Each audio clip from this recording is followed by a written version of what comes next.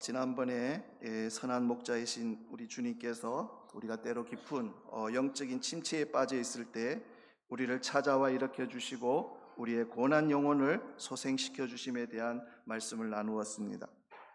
뒤집힌 양은 결코 스스로의 힘으로 일어나지 못한다는 겁니다.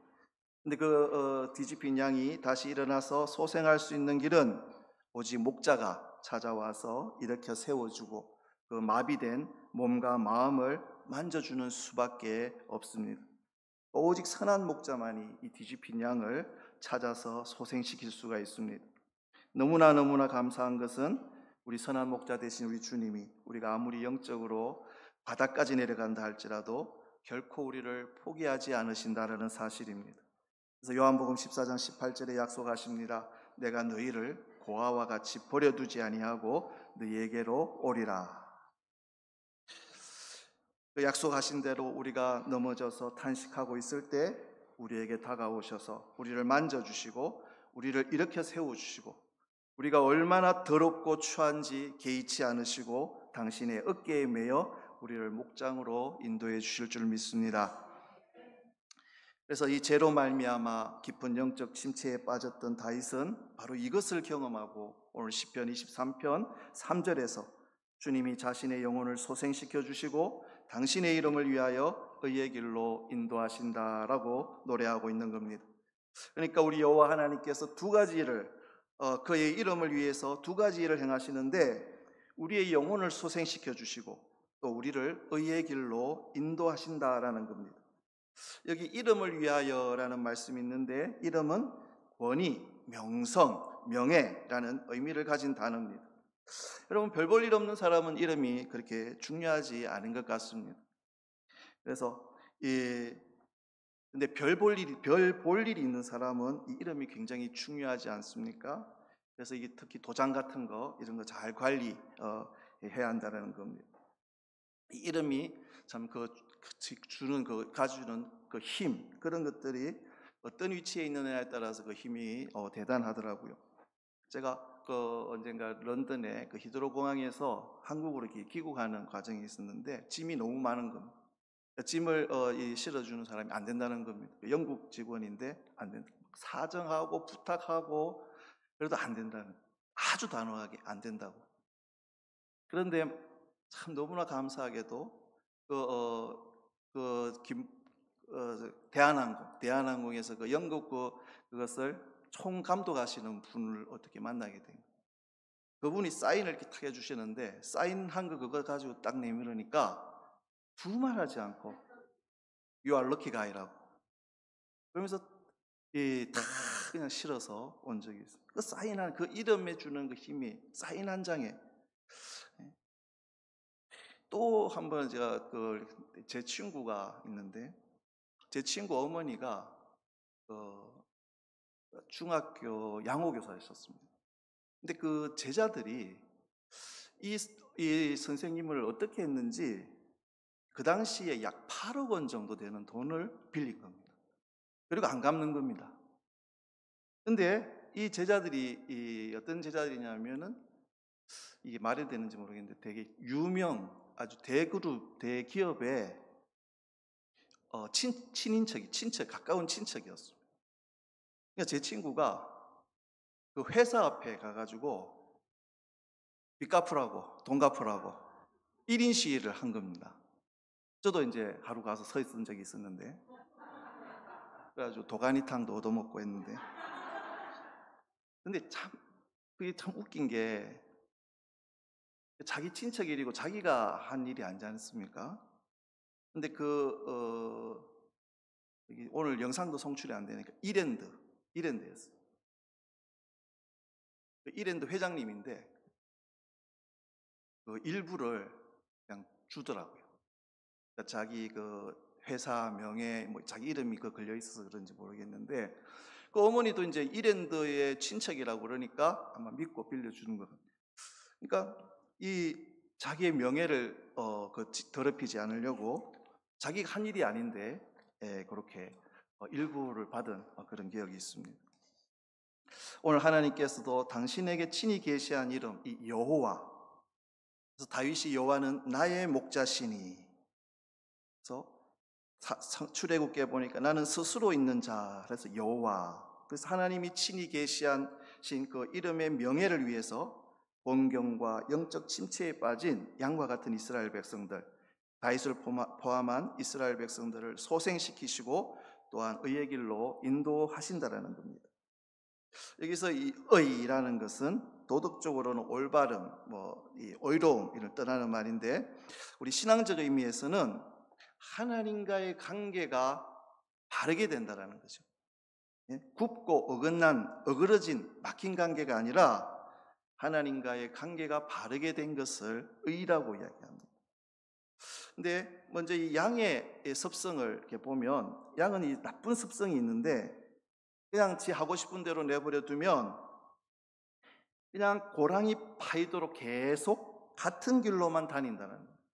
그러니까 늘 같은 길로 다녀서 큰 고랑을 만들고 결국 땅을 굳게 만들어서 망가뜨리란다는 겁니다. 그러니까 옛 길만을 가리는 습성이 이 양에게 있다는 겁니다. 그것뿐만 아니라 같은 장소에서만 풀을 뜯으려고 한다는 거죠. 그래서 이 풀을 뜯는 그 습성이 있는데 그냥 그 뿌리까지 다 이렇게 뜯어가지고 그냥 내버려 두면 그 목장이 황폐해지고 된다는 거죠. 그리고 이 양들의 이런 이 특정 장소를 좋아하는 습성 때문에 땅이 결국 망가지게 만들고 또 거기 한 곳에서 계속 똥 싸고 오줌 싸고 하니까 거기가 아주 더럽게 되고 아주 오염이 된다. 그리고 거기서 뒹구니까 그 기생충으로 들끓게 되고 결국에는 또 그게 전염이 되어서 이 양들이 감염이 되어서 병이 든다는 거죠. 그래서 병들고 쇠약해지고 땅도 황폐해지게 된다는 거예요.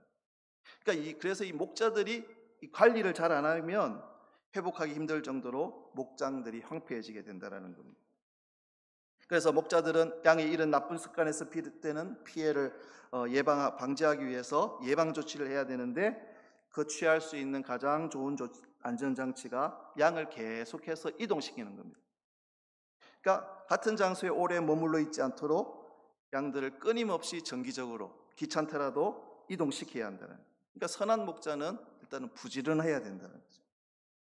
그래서 한 곳에서 풀을 지나치게 뜯어먹는 일들을 막고 또 같은 길을 다녀서 땅을 망가뜨리는 일을 막고 또 기생충이나 질병에 감염되는 일도 방지할 수 있게 된다는 겁니다.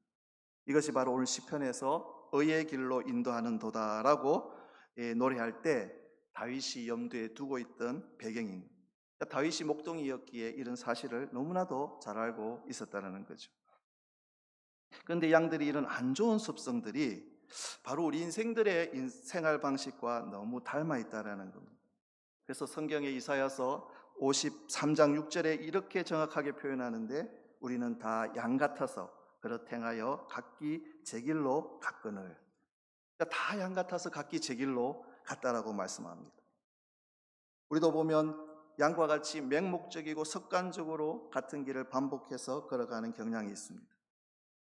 예수님을 구주로 믿고 거듭난 후에도 이 안타깝게도 자꾸 과거의 습관으로 돌아가려는 경향이 있습니다.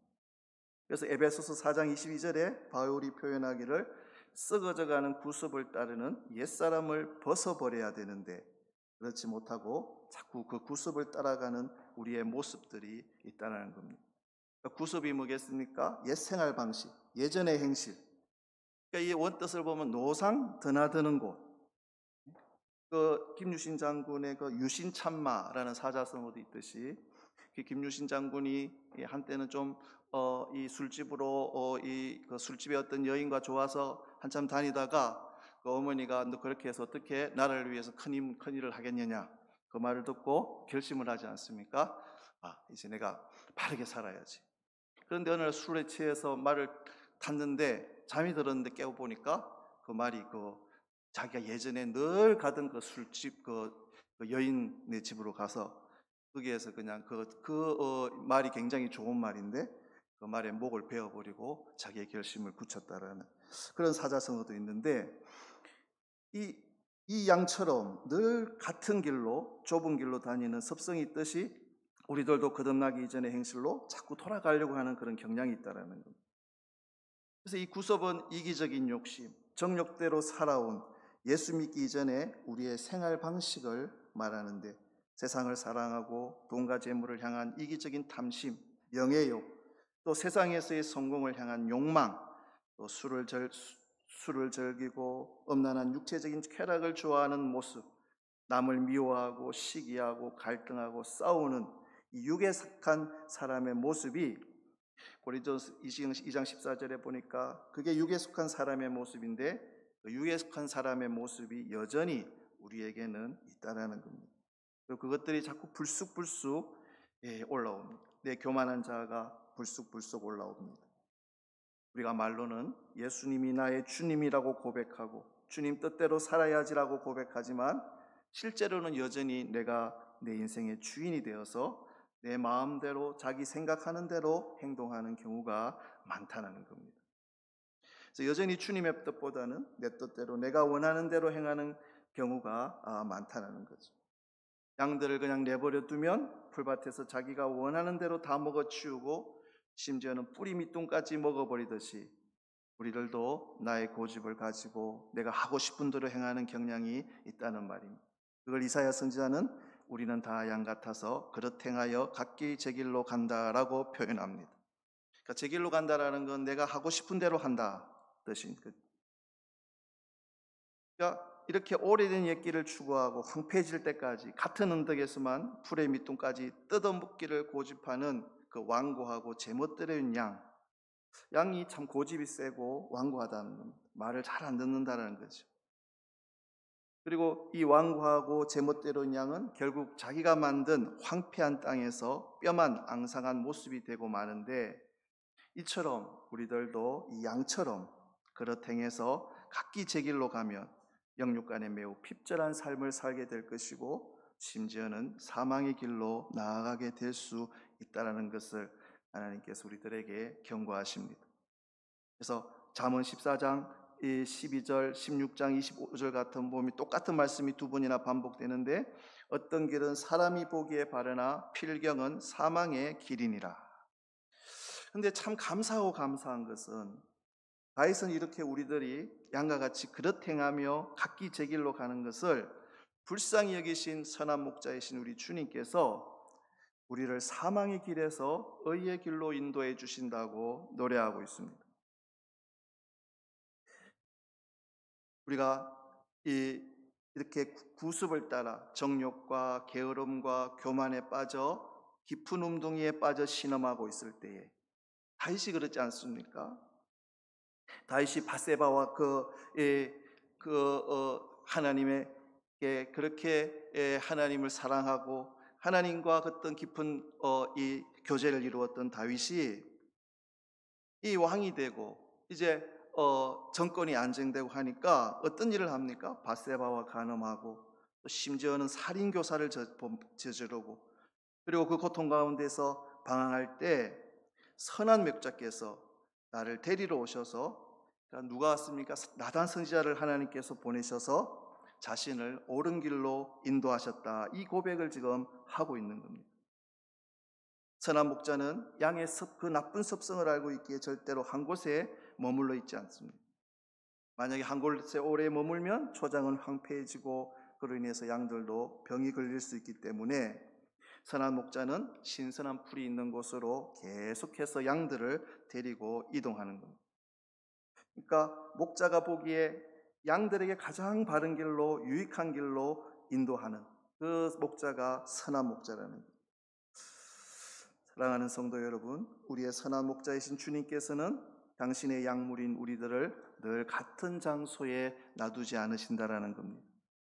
우리는 그냥 여기가 좋사오니 그냥 주저앉아서 그냥 편하고 안락하게 신앙생활을 하려고 하지만, 그러다가 자주 신앙의 침체에 빠지기도 하고 또 이 썩어져가는 구습을 버리지 못한 채 자꾸 옛 생활 습관으로 돌아가려고 할 때, 우리의 선한 목자 되시는 주님은 우리에게 신선한 영적 양식을 얻고 건강한 신앙을 유지할 수 있도록 우리를 늘 새로운 신앙의 환경으로 인도하신다라는 겁니다. 그래서 다윗은 그렇게 선한 목자 우리 주님께서 우리를 이끄시는 그 길을 가리켜서 의의 길이라고 지금 노래하고 있는 겁니다. 선한 목자 되신 주님이 우리를 이끄시는 길은 우리를 위한 유익한 길이라는 거죠. 근데 물론 그 길이 우리의 기준에서 볼 때 안전한 길이 아닌 것처럼 보일 수 있습니다. 힘들고 고난의 길처럼 느껴질 수 있습니다. 우리는 되도록 편안하고 모든 것이 잘 준비되어 있고 안전한 곳에서 신앙생활을 하기를 원합니다. 그런데 주님이 인도하시는 그 길은 평탄하고 좋은 길이 아니라 좁은 길이라고 마태복음 7장 14절에 보니까 생명으로 인도하는 문은 좁고 그 길이 협착하여, 그러니까 좁고 협착하다는. 그런데 그 길이 선한 목자께서 인도하시는 길이기에 결국은 우리를 생명으로 인도하신다라는 겁니다. 때로 선한 목자 주님께서 우리를 인도하시는 길이 평탄하지 않고 또 시련과 고통을 주는 것 같아도 우리는 오직 우리를 인도하시는 그 주님만을 바라보고 그 길을 따라가야 합니다. 주님께서 왜 나를 이렇게 힘든 길로 인도하시는지 모르겠다고 원망하고 불평하지 말고 나를 지으셔서 나를 가장 잘하시는 여호와 하나님을 믿음으로 따라가야 할 줄 압니다. 왜냐하면 우리 하나님은, 여호와 하나님은 세상을 지으신 하나님이시고 온 우주 삼라만상을 지으셨기에 우리 주위의 모든 환경과 여건을 가장 잘하시는 창조주 여호와 하나님이시기에, 그래서 우리에게 필요한 푸른 초장이 어디에 있는지를 누구보다도 더 잘 아시는 그 선한 목자 우리 주님께서 우리를 최선의 길, 의의 길로 인도하실 것을 믿고 그분만을 바라보며 우리가 따라가야 합니다. 그럴 때 반드시 선한 목자 우리 주님은 우리를 푸른 초장에 펼쳐있는 그 맑은 생명수 시냇물로, 또 그 시냇물이 흐르는 주님의 동산으로 우리를 인도해 주실 겁니다. 그런데 또 우리가 더 생각해야 더 묵상해야 볼 것이 있는데 그것은 바로 자기 이름을 위하여라는 말씀입니다.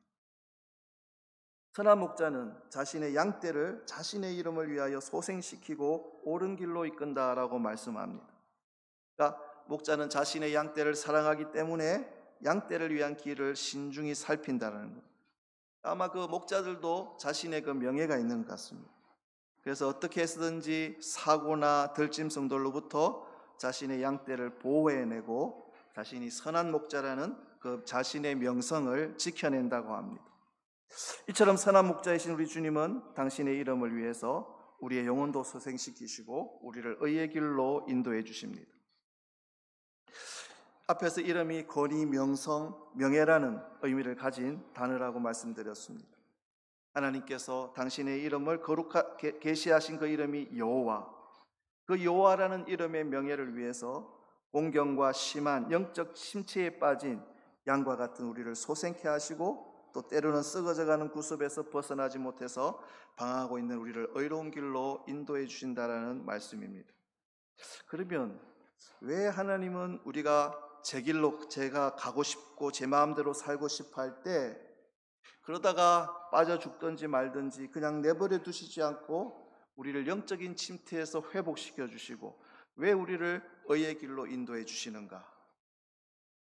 그것은 우리가 계속해서 영적으로 침체하고 낙심 가운데 있으면 사탄과 세상이 우리를 조롱하고 결과적으로 하나님의 이름이 욕되기 때문에 그렇다는 것.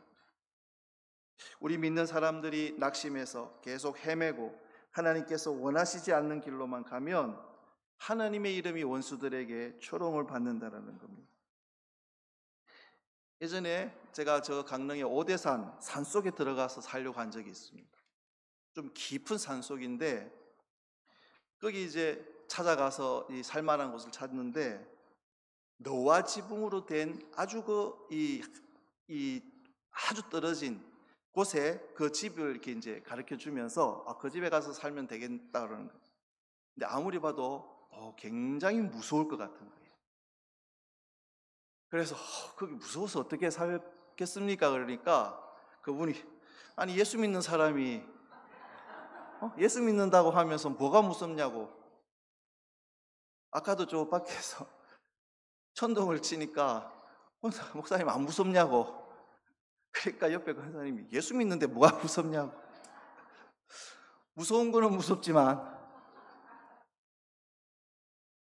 그러니까 안 믿는 분이, 그분 안 믿는 분이었거든요. 안 믿는 분이 예수 믿는다고 하는데 뭐가 무섭냐고, 예수님이 지켜주시는 건데. 그러니까 살짝 부끄럽더라고요.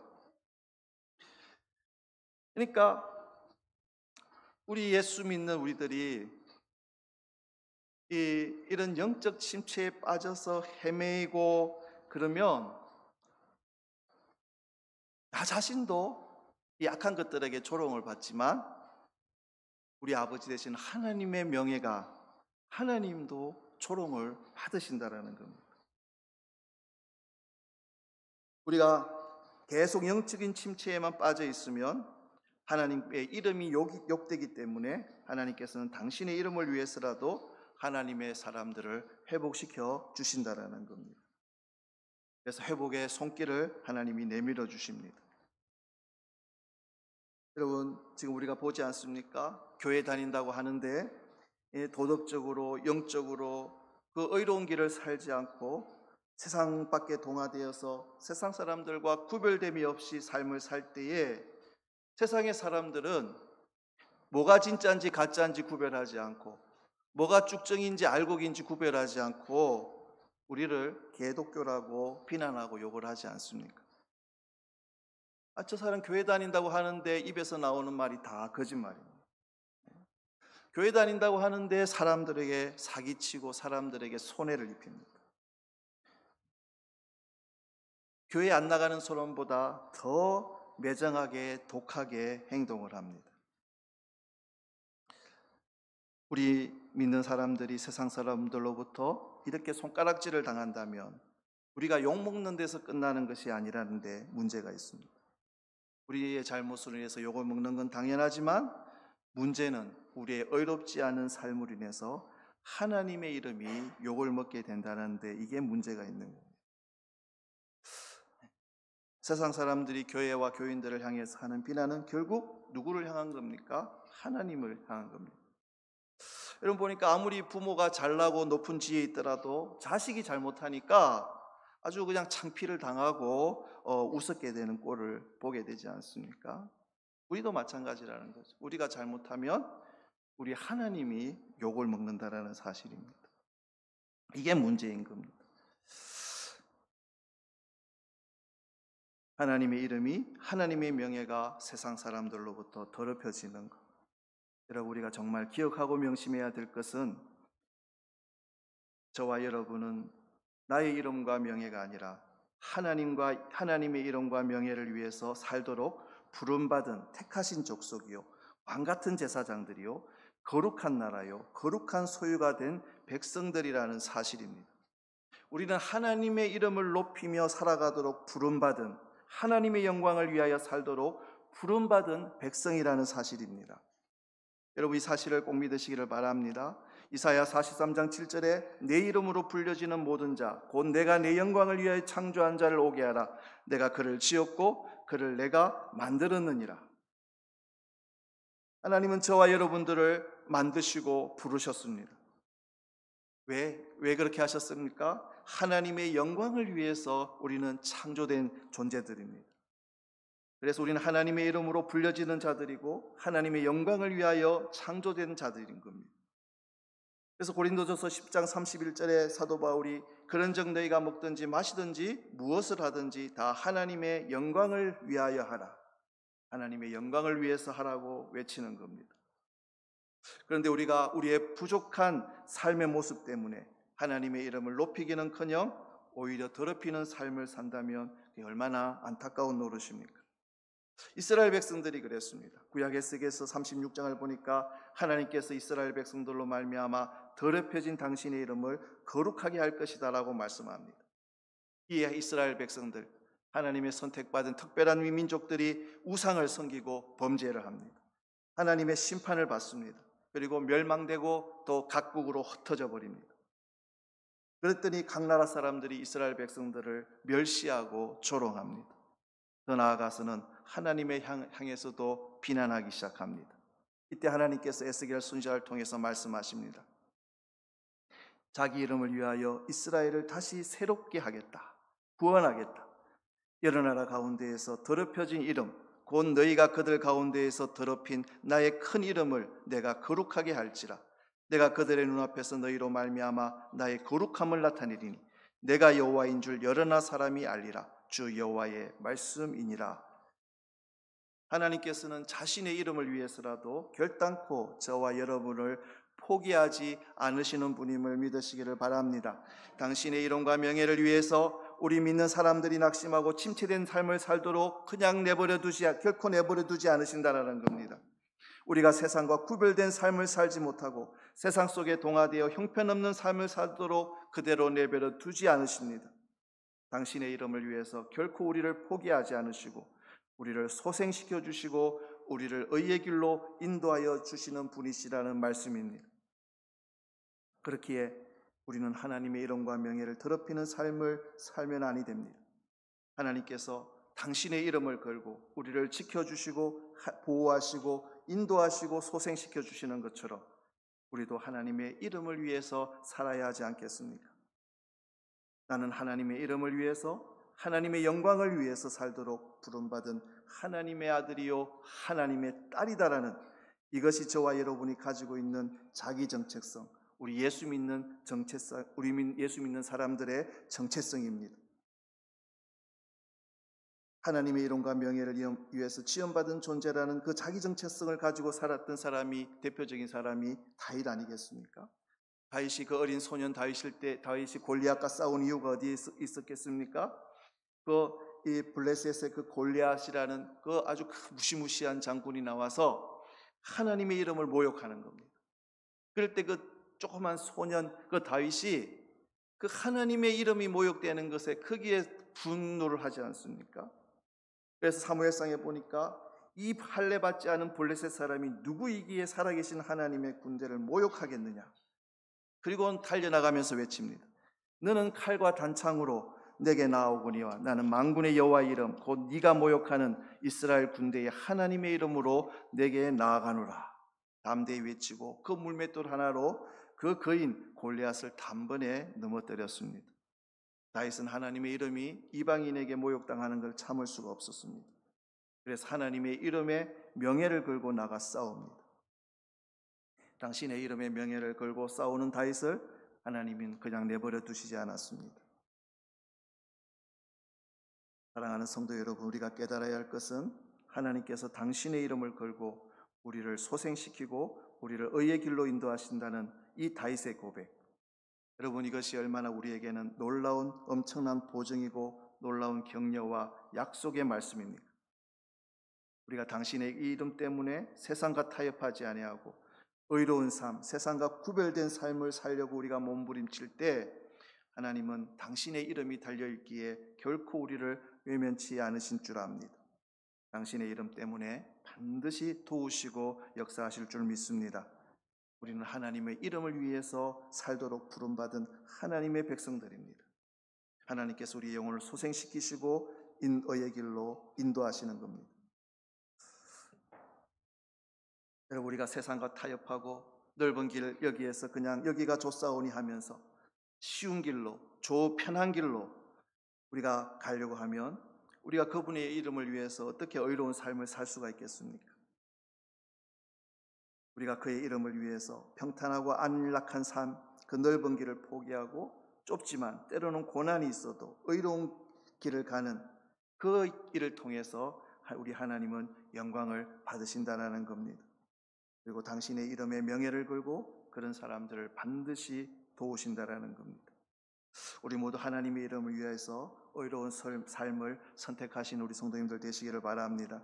썩어져가는 구습을 따르는 그 길을 따르지 않고 하나님 기뻐하시는 의의 길을 따라갈 때 세상과 타협하는 길을 가지 않고 주님의 이름 때문에 좁은 길을 선택할 때에 우리가 겉으로는 당장 손해보는 것 같고 불리한 것 같아도 결국은 그 길이 승리하는 길임을 여러분 믿으시기를 바랍니다.